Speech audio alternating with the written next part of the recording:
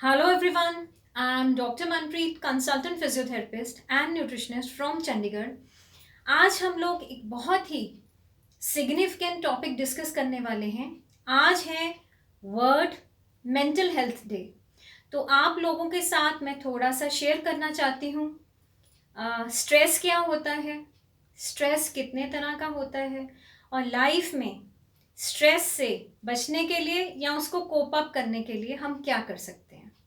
तो देखिए, जैसे स्ट्रेस है वो एक रिएक्शन होता है जब हम लाइफ में किसी भी प्रेशर में होते हैं और उस फेज में यानी हमारा माइंड और हमारी बॉडी कैसे रिएक्ट करती है उसको हम कहते हैं स्ट्रेस।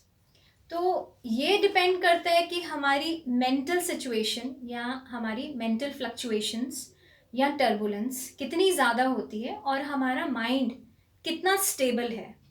जो लोग थोड़े से पॉजिटिव मेंटल स्टेट हैं या जिन लोगों में स्टेबिलिटी है वो स्ट्रेसफुल कंडीशंस या जो प्रेशर वाली कंडीशंस हैं उसमें अपने आप को थोड़ा सा एक पॉजिटिव अप्रोच से या टेक्निक्स द्वारा काम डाउन कर लेते हैं, कूल कर लेते हैं। तो आप लोगों से पहले तो मैं शेयर करना चाहती हूँ कि कितने तरह का स्ट्रेस होता है। एक होता है पॉजिटिव स्ट्रेस जिसको हम कहते हैं, जैसे हम किसी एग्ज़ाम की तैयारी करते हैं और कुछ अचीव करना चाहते हैं, मोटिवेशन चाहिए लाइफ में, तो उस चीज़ को हम कहते हैं पॉजिटिव स्ट्रेस।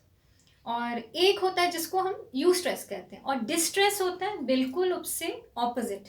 कई बार कुछ हैवी लॉसेस हो जाते हैं लाइफ में, प्रोफेशनल लेवल पे, पर्सनल लेवल पे या किसी भी लेवल पे, और हम उस सिचुएशंस को पूरी तरह से कोप अप नहीं कर पाते हैं, नॉर्मल लाइफ नहीं लीड कर सकते हैं और वहाँ पे कई तरह की हमें psychosomatic problems, physical issues, mental issues आने शुरू हो जाते हैं।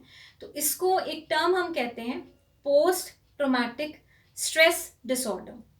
तो इसके भी फेजेस होते हैं और स्ट्रेस एक बहुत वाइड है और एक तरह से ये साइकोसोमेटिक माना गया है।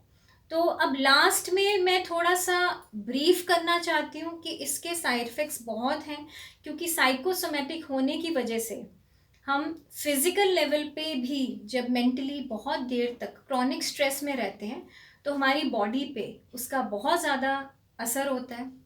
खासकर उसमें जो सिम्टम्स होते हैं स्ट्रेसफुल पेशेंट्स में, फटीग हो सकती है, वीकनेस हो सकती है, बॉडी एक्स और पेन्स हो सकते हैं, उसके साथ साथ स्टमक अल्सर्स हो सकते हैं, हेडेक हो सकता है, स्किन प्रॉब्लम्स हो सकती हैं, डर्माटाइटिस हो सकता है, उसके साथ साथ इंसोम्निया जो आजकल बहुत कॉमन है। और कुछ लोग बहुत ज़्यादा मेडिसिन्स लेते हैं इस चीज़ के लिए, डिप्रेशन के लिए, बाइपोलर डिसऑर्डर के लिए, एंजाइटी के लिए। तो थोड़े से आप लोगों के साथ में कुछ टिप्स हैं तो आज वर्ल्ड मेंटल हेल्थ डे पे आपसे शेयर करना चाहती हूँ, जो आप फॉलो कर सकते हैं और वो कुछ मुश्किल भी नहीं है। Number 1, cognitive behaviour therapy. जब भी किसी सिचुएशन में आपको स्ट्रेस लगता है, अपने आप को कुछ ऐसी एक्टिविटीज़ में इंडल्ज करने की कोशिश करें जिसमें आपकी ब्रेन एक्टिविटी हो, कोई पजल सॉल्व कर लें, कुछ इंटेलेक्चुअल काम कर लें। So that is related with behaviour modification. उसके साथ साथ आप माइंडफुलनेस टेक्निक्स का मतलब है कि आप कोई एक ऐसा काम करें, जैसे गार्डनिंग है, कुकिंग है, सिंगिंग है, डांसिंग है, कोई भी एक ऐसी एक्टिविटी जो आप पूरी तरह से जिसमें इन्वॉल्व हो सकते हैं, तो उससे भी हम स्ट्रेस को या वो सिचुएशन को कंट्रोल कर सकते हैं। थर्ड है breathing exercises. So as a physiotherapist मैंने अपने पुराने वीडियोस में भी आपके साथ ब्रीदिंग की टेक्निक्स काफ़ी शेयर की हैं, अगर आपने देखी हो। तो ब्रीदिंग, जब भी आपको ज़्यादा स्ट्रेस हो, डिस्कम्फर्ट हो, कोप अप ना कर पाए सिचुएशन के साथ, ब्रीदिंग कीजिए।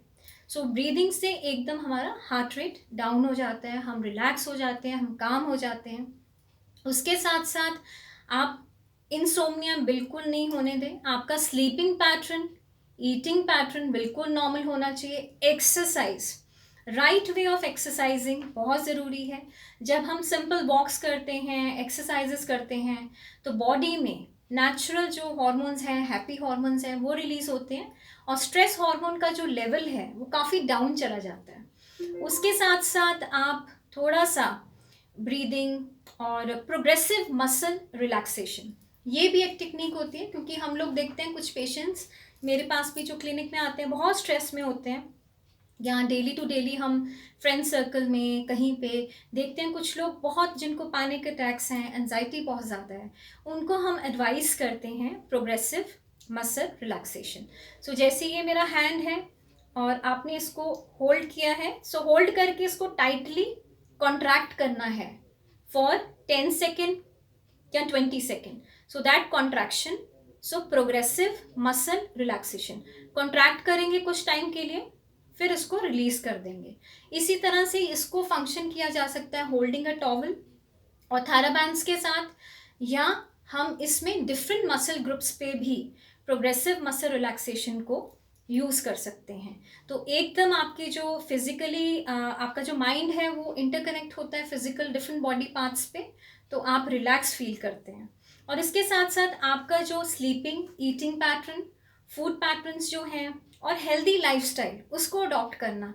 और प्लीज़ एल्कोहल और स्मोक, उसको क्विट करने की कोशिश करें। अगर क्विट नहीं कर सकते हैं तो वो एक लिमिट तक होना चाहिए, ताकि आपकी इनडायरेक्टली उस पर इतनी इंडल्जेंस ना हो, वो मेंटल हेल्थ को डिस्टर्ब कर दे। सो इसके रिगार्डिंग कुछ शेयर करना चाहते हैं, प्लीज़ मेरे चैनल को लाइक कीजिए, सब्सक्राइब कीजिए वहाँ पे, और वहाँ पे आप कमेंट्स कर सकते हैं, और बटन क्लिक करके चैनल को ज़रूर सब्सक्राइब कीजिए अगर मेरे आने वाले टाइम में आप अच्छे से अच्छे वीडियोस देखना चाहते हैं। Thank you so much.